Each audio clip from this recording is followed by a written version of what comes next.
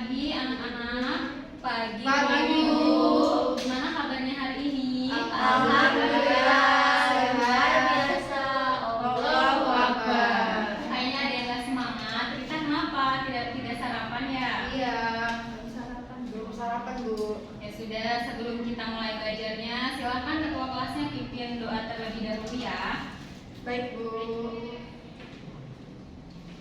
Berdoa mulai. Selesai. Beri salam kepada Ibu Guru. Assalamualaikum warahmatullahi wabarakatuh. Waalaikumsalam warahmatullahi wabarakatuh. Baik, sebelumnya Ibu absen dulu ya. Baik Bu. Suci, Hadir Bu. Rita, Hadir. Sally, Hadir Bu. Risma, Hadir Bu. Oke, hadir semua ya. Bu, aku belum disebut namanya. Oh iya, Aini. Ya, hadir Bu. Hadir. Kemarin kita belajar apa ya? Reproduksi Bu.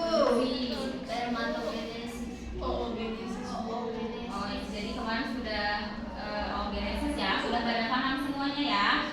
Sudah Bu. Sekarang kita melanjutkan materi pertemuan ketiga. Materi apa hari ini?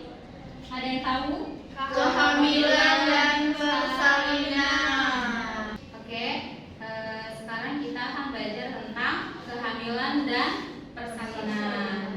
Nah, sebelumnya sudah tahu kan kehamilan? Ada yang sudah tahu tentang kehamilan? Tahu Bu. Ya. Bertemunya sel sperma dan sel telur. Ya, kemarin kan sudah belajar tentang spermatogenesis ya, prosesnya. Fertilisasi juga sudah kan, kemarin sudah paham. Iya Bu. Itu bertemunya sel sperma dengan Sel telur. Nah, akan jadi pembuahan. Kemudian setelah pembuahan maka terjadi Kehamilan. Kalau kehamilan maka akan melangsungkan persalinan. Oke, apakah kalian pernah dengar tradisi 7 bulan? Pernah Bu. Biasanya ini ada di suku apa? Semua sih Bu, kalau memang Di Jawa ada Bu. Ya, jadi Saya sebutnya suku Jawa. semua suku adat pakai ya tradisi 7 bulan. enggak langsung Suku Lampung Ada. ada Bu. tapi itu sebenarnya dari namanya 7 itu udah bahasa Sunda sih Bu. Ya, Tapi asalnya dari suku Sunda ya. Jadi 7 bulan itu berarti 7 bulan ya. Iya. Kehamilan usia 7 bulan. Kemudian tradisi 7 bulan ini biasanya tempat kalian itu disebut sebagai tradisi apa? Ini iya sih. Nah, ada nggak di daerahnya misalnya di Jawa, suku Jawa itu tradisinya apa namanya? Ini namanya apa? Ya 7 bulanan Bu. Kalau di Jawa namanya 7 bulanan. Nah, Bulanan. kalau mungkin Sunda kan lucu ya kalau orang Jawanya 7 bulanan. Ya, jadi sebelum Piton. Iya, kalau di Jawa mitoni. Pitoni.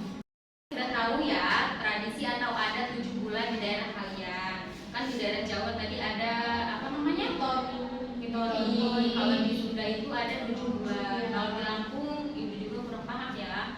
Karena ada yang pakai, ada juga yang tidak. Kemudian kalau 7 bulan itu masuk ke trimester berapa ya? 3. Oh, 3. Jadi ada 3 trimester ya kalau kehamilan. Jadi pas 7 bulan ini dia sudah masuk ke trimester akhir agar untuk mendekati persalinan. Jadi trimester ketiga. Oke, baiklah. Jadi tujuan pembelajaran hari ini adalah melalui model PBL berbasis pendekatan CRP. Peserta didik mampu mendeskripsikan proses terjadinya fertilisasi, kehamilan, dan persalinan secara tepat. Nah, baiklah. Jadi itu tadi tujuan yang akan kita capai ya. Nah, sebelum kita melanjutkan ke pembelajaran, di sini kan kita sudah tahu masing-masing ada tradisi di daerahnya kalian kan? Ya, tentang tadi ada di daerah Jawa apa namanya? Mitoni. Kalau di daerah Sunda ada tadi 7 bulan. supaya kita bisa terus melaksanakan kebudayaan ya. Kita bisa meneruskan tradisi dari nenek moyang kita. Selain itu tradisi tersebut juga mungkin sudah dilakukan sejak nenek moyang kita kan, jadi kita nggak bisa menghapuskan atau menghilangkan begitu saja. Nah selain itu kehadiran sosok buah hati itu mungkin salah satu tujuan dari sebuah pernikahan ya. Iya. Jadi tujuan kita nikah itu adalah adanya keturunan. Jadi makanya seseorang itu yang yang sedang melaksanakan kehamilan, dan dia akan melaksanakan syukuran-syukuran itu atas terjadinya kehamilan itu. Tadi ada 4 bulanan, syukuran apa tadi 7 bulanan, 9 bulanan. Nah itu 3 bulan ya. Tujuannya itu untuk agar keselamatan dari bayi tersebut. Tapi itu untuk anak pertama aja, benar nggak sih Bu? Kalau untuk anak kedua itu nggak ada yang tradisi 7 bulan, 3 bulan kayak gitu. Tapi tetanggaku ada sih, katanya aku tanya kan, kalau emang mampu dari keluarga itu katanya boleh. Nggak apa-apa sih, banyak yang hamil kayak gitu. Yang Aku hamil juga kayak gitu sih, sih, setiap punya anak dan hamil kayak gitu ya ada tradisi. Kalau memang masih kuat tradisi adatnya dipakai, mungkin setiap mempunyai keturunan dia terus dipakai terus ya, melahirkan maupun kehamilan. Mungkin ada daerah lain yang nggak pakai kali ya, jadi dia Oke, sebelumnya sebelum memasuki pelajaran hari ini, di sini ada suatu permasalahan. Boleh kalian ibu share ini aja ya, share linknya ya ke kalian ya. Oke, sudah dibuka artikelnya ya? Ya, betul. Oke, sudah dibaca. Setelah dibaca nanti kalian analisis dari hasil artikel tadi. Nanti kalian boleh berpendapat, masing-masing pendapat bagaimana mengenai masalah yang ada pada artikel itu. Ibu kasih waktu 1 menit ya. Ya Bu. Sudah selesai? Sudah Bu. Sudah Bu. Sudah. Jadi kalian nanti ngasih pendapat. Siapa yang mau memberi pendapat? Pendapat yang gimana Bu? Jadi nanti di sini kan ada artikel ya. Jadi kalian bisa mengasih pendapat dari artikel ini dan apa kaitannya dengan materi kita, materi biologinya. Saya Bu. Oke, ini siapa? Di dalam artikel ini kan mengenai ini tradisi 7 bulan ya Bu. Iya. 7 bulan di daerah Jawa. Nah di sini tradisi mitoni, bahasanya itu mitoni. Nah di mana tadi dijelasin waktu awal mitoni itu untuk yang keselamatan pada bayi, keselamatan pada bayi untuk menuju proses persalinan. Nah terus di tradisi mitoni ini kan tadi 7 bulan. Nah 7 bulan itu masuk ke trimester 3 ya Bu? Ya, trimester. Nah trimester 3 itu kayak fase akhir ya Bu, fase akhir menuju ke persalinan. Nah di mana itu kondisi janin atau si bayinya yang di dalam kandungan itu sudah terbentuknya kayak sudah lengkap, tinggal menunggu proses dari pematangan dari organnya dan menuju ke proses kelahirannya itu. Nah untuk yang mengaitkan ke dalam materi itu kayak yang ya untuk yang apa tadi kaitannya ke materi itu ya proses kayak pembentukan atau kelengkapan dari si janin itu aja sih Bu. Nggak tahu tanggapannya dari teman-teman kayak mana. Oke, ya bagus ya. Jadi tadi ada kaitannya dengan 7 bulan dengan materi biologinya. Jadi pas 7 bulan itu sudah lengkap semua ya, dan karena dia di trimester pertama, di trimester ketiga. Iya. Jadi kan sebelum masuk ke trimester pertama sampai ketiga itu pertama kan sel telur si si wanita ini kan bertemu dengan sperma ya. Nah, itu awal mula dari kehamilan.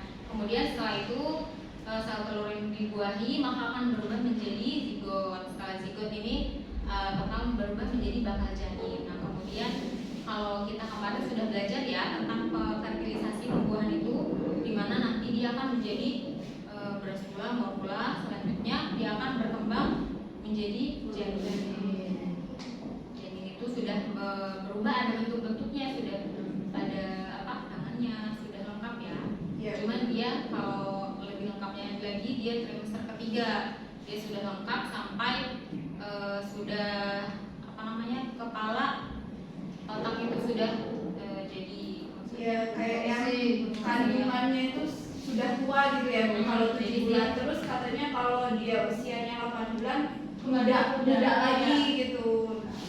Jadi kalau kan ada tuh ibu-ibu yang melahirkan usia bulannya belum sampai 9 bulan gitu kan. Karena dia memang sudah siap, karena memang tubuhnya juga sudah siap untuk persalinan ya, sudah siap untuk. Oke, setelah tadi kita membahas mengenai artikel ya, kita sudah paham mengenai 7 bulan tadi, kemudian ada proses kehamilan, persalinan. Di sini Ibu akan membagikan LKPD. Kalian sudah duduk dengan kelompoknya? Sudah Bu. Nah, ini kelompok siapa? Ini ya. Ini kelompok 1. Di situ ada studi kasus, ada 2 permasalahan. Silakan kalian diskusikan dengan teman kelompoknya ya. Setelah itu nanti boleh kalian presentasikan ke depan. Ibu beri waktu 10 menit cukup? Cukup ya. Oke, dari sekarang silakan dikerjakan. Kalian kasus berapa? Satu kata aja dulu.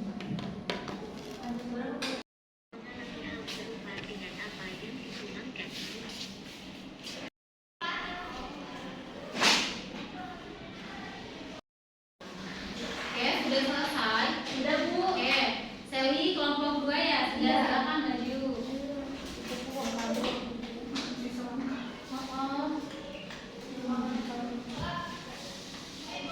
Assalamualaikum warahmatullahi wabarakatuh. Waalaikumsalam warahmatullahi wabarakatuh. Kami dari kelompok 1 yang beranggotakan saya Rismayanti dan Saya Sally Rosalia Intan akan mempresentasikan hasil diskusi kami mengenai dampak mitos yang ada dalam video.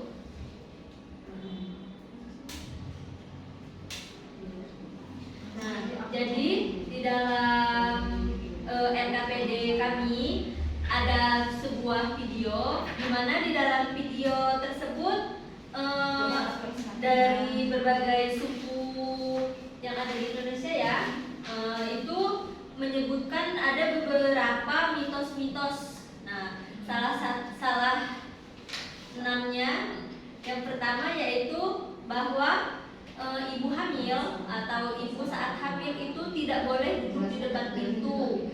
Mitosnya kalau misalkan ibu hamil tersebut melanggar dan tetap duduk di depan pintu, maka proses kelahirannya akan susah atau menyakitkan. Intinya ibu tersebut akan sulit dalam melahirkan. Nah, menurut kami itu mitos karena sebelumnya belum ada penelitian yang meneliti hal tersebut. Nah, kemudian posisi duduk yang menghalangi pintu itu tidak ada hubungannya untuk ibu hamil yang mau melahirkan. Jadi kami kurang setuju ya.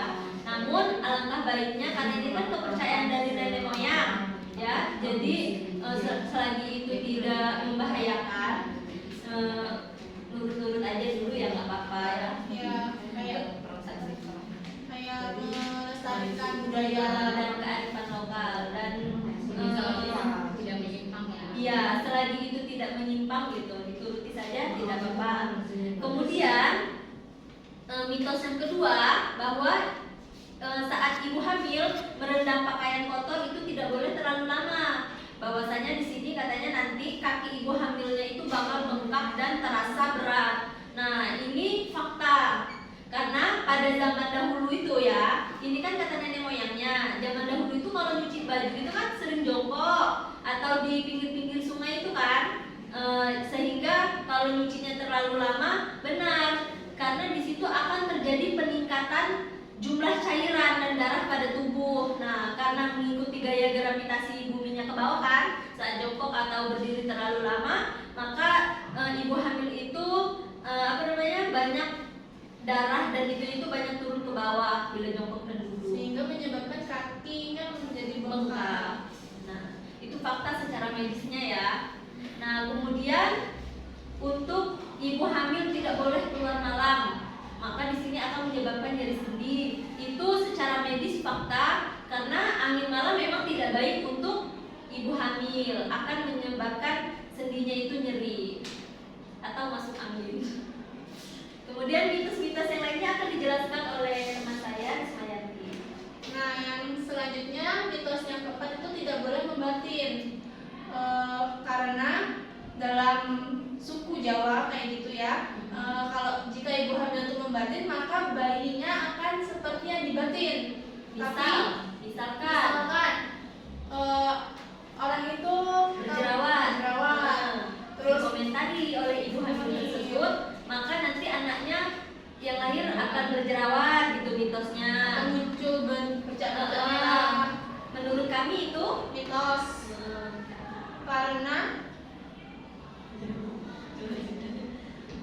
Karena tidak ada secara medisnya, kalau kita membatin itu tidak ada hubungannya dengan kandungan yang dikandung oleh ibu hamil. namun alangkah baiknya selama hamil jangan bergumam yang negatif, yang jelek-jelek. Di sisi itunya memang benar gitu loh. Nah, yang selanjutnya tidak boleh menggaruk perut, atau selanjutnya itu suami tidak boleh berburu saat istrinya mengandung, karena kalau mitosnya bayi yang ada di dalam kandungannya akan cacat atau sumbing. Namun secara medisnya itu tidak ada hubungannya, karena berburu atau memancing itu tidak ada hubungannya dengan kehamilan yang dikandung oleh istrinya. Nah, tadi kan dikatakan bahwa akan sumbing atau cacat. Nah, secara medis di tetangga saya jika mengalami bibir sumbing itu, beliau itu saat hamil tidak memproduksi yang namanya vitamin C atau kekurangan vitamin C, tidak ada buahan atau vitamin-vitamin lainnya. Itu sebenarnya bukan karena suaminya memancing. Itu saja yang dapat kami sampaikan. Mungkin masih ada teman-teman yang ingin ditanyakan mengenai Saya ya, bagaimana? tadi masalah bayi sumbing ya. Iya. Nah, tetangga saya kan ada tuh yang anaknya sumbing ya. Terus katanya itu nggak tahu mitos atau benar ya. Terus ini karena waktu bapaknya beleti ikan, kan ikannya ditusuk pakai tali gitu loh, tali ikan secucuk gitu kan. Nah, dia memisahkannya itu nggak yang di satu-satu loh, satu gitu, tapi dia dari cucukan itu langsung diserembet gitu, langsung ditarik aja gitu. Nah, terus bapaknya itu kayak nggak ngomong timbating atau apa gitu, itu amit-amit atau kayak mana, sedangkan kan istrinya sedang mengandung kayak gitu. Terus itu benar nggak mitosnya kayak gitu? Baik, terima kasih Nur Aini atas pertanyaannya. Jika diteliti secara medis, tadi seperti yang sudah kami jelaskan bahwa bayi yang terlahir sumbing itu kekurangan vitamin C atau dari suplemen-suplemen buah-buahan yang mengandung vitamin C. Mungkin ibu tersebut saat hamil tidak mengkonsumsi vitamin C tersebut sehingga menyebabkan anak itu sumbing. Namun untuk yang kamu ceritakan tadi, seperti tetangga kamu yang melukai ikan kemudian istrinya melahirkan itu bibirnya sumbing, itu kembali lagi ke kepercayaannya masing-masing, karena setiap di daerah tadi sudah kami jelaskan tradisi setiap suku itu pasti berbeda-beda. Di mana kita tinggalnya itu sukunya mempercayai hal ini, jika tidak dipercayai ya hak kita. Tapi menurut kami itu mitos. Karena tidak ada hubungan. Ya, jadi ya benar ya yang diucapkan Selly tadi. Kalau yang tadi itu termasuk mitos, mungkin ada sebagian orang yang percaya juga karena sudah tradisi di daerah kalian. Nah, memang benar tadi kekurangan Vitamin gizi. zat gizinya yang belum terpenuhi, mungkin jadinya dia sublim seperti itu. Sekian presentasi dari kelompok kami. Kami ucapkan terima kasih. Wassalamualaikum warahmatullahi wabarakatuh. Waalaikumsalam warahmatullahi wabarakatuh. Oke, selanjutnya kelompok Aini silakan maju. Ya, Bu.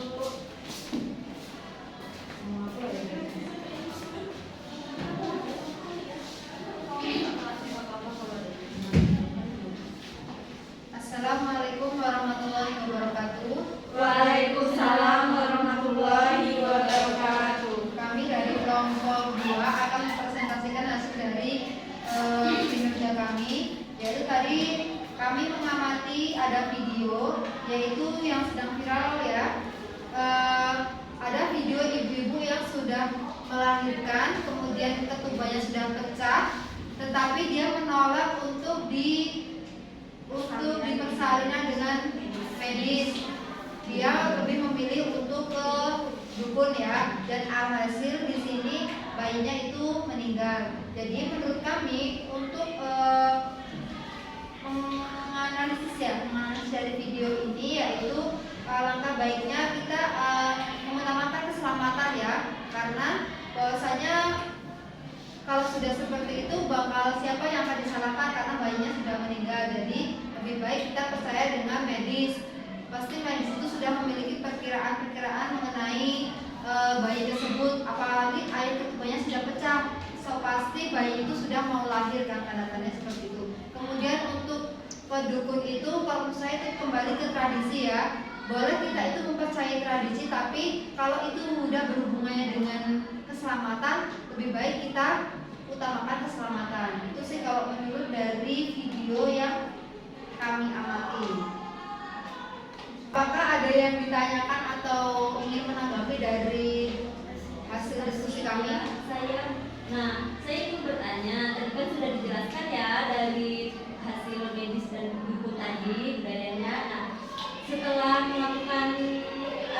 melahirkan atau persalinan, ada tidak ya budaya lain gitu yang masih dianut sama daerah tertentu gitu? Setelah melahirkan, budaya apa? Baik, di sini saya akan menjawab pertanyaan dari Selly. Tadi kan setelah melahirkan ya, setelah proses persalinan. Nah, di sini kalau setelah persalinan, kalau untuk adat Jawa itu setelah keluar dari rumah sakit atau menuju ke rumah itu ada syukuran. Syukurannya itu kayak yang among-among gitu kan. Among-among anak-anak dikasih among-among.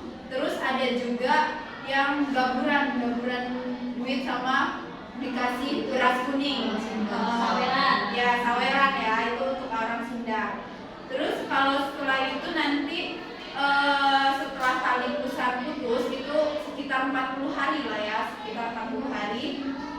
Seminggu ya?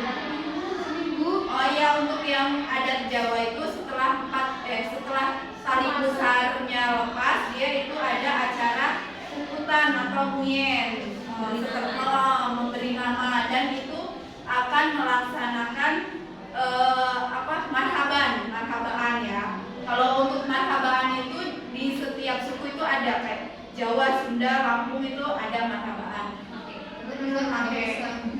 Itu karena dari ajaran agama Islam sendiri. Nah, untuk yang orang Lampung itu untuk yang prosesi marhabaan, kalau untuk Jawa itu kan setelah tali pusarnya putus. Kalau untuk orang Lampung itu setelah 40 hari. Setelah 40 hari si anak itu baru melaksanakan prosesi marhabaan atau bisa juga akikah kayak gitu. Nah, terus kalau untuk adat Lampung dia kalau si ibu dan si anak baru datang ke rumah, dia nggak ada yang kayak saweran atau among-among itu nggak ada. Tapi untuk malamnya atau malam kedua atau malam ketiga itu tetangga, kalau bahasa Lampungnya itu manjaupi ya, kalau bahasa Lampungnya. Nah ketika tetangga manjaupi itu nggak harus yang banyak-banyak, yang penting nyaking ada bawaan, kayak yang boleh rinsol 1 atau sabun mandi 1, terus ya gula sekilo, teh 1 kayak gitu sebagai syarat aja. Ya gitu aja sih dari pertanyaan saya tadi. Oke, jadi ya benar ya yang dijelaskan oleh kelompoknya ini. Jadi memang setiap daerah itu memiliki adat istiadat tersendiri. Jadi bisa dilaksanakan di daerahnya masing-masing tergantung dengan kepercayaannya. Itulah salah satu dari kearifan lokal di daerah kita. Baiklah, tadi mengenai KPD-nya silakan. Sudah selesai. Baik. Silakan ditutup. Baik, terima kasih untuk teman-teman atas partisipasinya dan Ibu yang telah memberi penguatan. Kami akhiri. Wassalamualaikum warahmatullahi wabarakatuh. Oke, jadi tadi sudah kita melakukan penyelidikan masalah dari KPD yang sudah dikerjakan. Sekarang kita melakukan refleksi ya. Jadi siapa yang akan memberikan refleksi dari pembelajaran hari ini? Saya Bu. Ya, silakan. Jadi yang didapat untuk materi hari ini yaitu tentang kehamilan dan persalinan. Bahwasanya di setiap daerah ataupun suku itu ada berbeda-beda untuk penyambutan mengenai kehamilan sampai ke persalinan ya. Ada yang 7 bulan, ada yang bahasanya piton-piton, kemudian setelah melahirkan itu ada prosesi lagi, ada amung-amung dan sebagainya. Nah dari situ kita bisa mengetahui bahwasanya suku yang ada di Indonesia ini beragam sehingga kita bisa menghargai kemudian bisa mengikuti tradisi-tradisi tersebut dengan baik gitu dan tidak menghilangkan leluhur dari nenek moyang kita. Dan dari masing-masing daerah. Iya. Baiklah, sudah paham semuanya ya materi yang kita jelaskan hari ini? Sudah Bu. Dari sini ada yang mau ditanyakan? Cukup. Ya, jadi untuk minggu depan kita belajar tentang gangguan ya. Sebelum belajar nanti kalian silahkan dipelajari terlebih dahulu di rumah tentang gangguan